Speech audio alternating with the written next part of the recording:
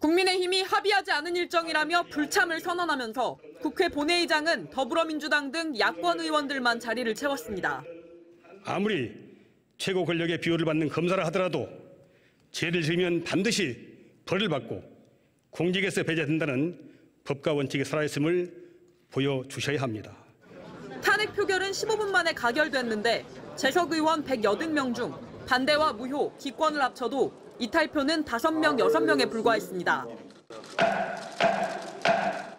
두 검사는 탄핵안 가결 직후 직무가 정지됐으며 헌법재판소의 면직 혹은 직무 복귀 결정을 기다리게 됐습니다. 손준성 검사장은 지난 총선을 앞두고 당시 야당이었던 미래통합당 측에 진보진영 인사들에 대한 고발장을 건네 고발을 사주한 의혹이 탄핵 사유로 제시됐습니다. 이정섭 수원지검 2차장 검사에 대해선 마약 수사 무마 의혹 등 직권남용, 공무상 비밀 누설, 자녀의 위장 전입 의혹 등이 제시됐습니다. 비위 의혹 제기로 직무대리 발령 상태인 이정섭 검사는 직전까지 이재명 민주당 대표에 대한 수사팀을 맡고 있어서 민주당 내에서 탄핵에 대한 신중론이 제기되기도 했습니다. 검사 탄핵은 지난 9월 보복 기소와 관련해 민주당이 주도한 안동환 검사 탄핵 소추 이후 헌정사상 두 번째입니다. 국민의힘은 본회의 참석 대신 점거농성과 규탄 대회를 이어가며 민주당의 검사 탄핵을 비판했습니다. 도둑이 경찰관을 쫓아내겠다고 하는 이런 몰상식한 일이 국회 이 현장에서 벌어지고 있습니다. 김진표 국회의장에 대해서도 민주당의 당리당략을 위한 본회의를 열어주었다며 사퇴 결의안을 당론으로 정했습니다. 대검찰청은 정치적 목적으로 검사를 탄핵 소추한 점에 대해 깊은 유감을 표한다며 반발했습니다. 또 내부 문제에 대해 엄격한 잣대로 엄정하게 대처할 것이라며 어떠한 외압에도 흔들림 없이 국민으로부터 부여받은 책무를 다하겠다고 강조했습니다. MBC 뉴스 김민영입니다. 지난 2020년 총선 직전 당시 미래통합당 김웅 후보에게 고발장이 전달됩니다. 텔레그램 대화방의 전송자 표시에는 손준성 보냄이라고 적혔습니다. 윤석열 당시 검찰총장 가족과 측근 의혹을 제기한 언론인, 또 정치권 인사들을 고발하는 내용인데 실제 선거 캠프에 전달됐습니다. 고발장 초안을 아마 저희가 만들어서 일단 보내드릴게요. 고발장을 남부지검에 내랍니다. 검찰은 검사복을 벗어 민간인이 된 김웅 의원을 기소하지 않았습니다. 고위공직자수사처가 전송자로 표시된 손준성 당시 대검찰청 수사정보정책관만 피고인석에 세웠습니다. 공수처는 1년 반의 재판 끝에 정치적 중립성을 잊고 검찰총장 가족을 비호하려고 수사정보를 이용하는 국기문란 행위를 저질렀다며 손 검사에게 징역 5년을 구형했습니다. 파일 전송조차 인정하지 않고 합당한 변명도 못하고 있다고 강조했습니다. 손 검사는 검사로서 본분이나 양심에 어긋나는 행동을 하지 않았다면서도 마지막 재판에서도 공수처 측 질문에 78번 진술을 거부한다는 답만 반복했습니다.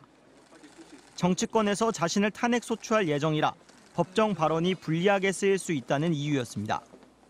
재판부까지 답변을 요구하자 그제야 수사정보 업무상 제보가 많았다며 고발장은 기억 안 난다고만 말했습니다. 성실히 재판이 있으니까 겸허히 결론을 기다리겠습니다.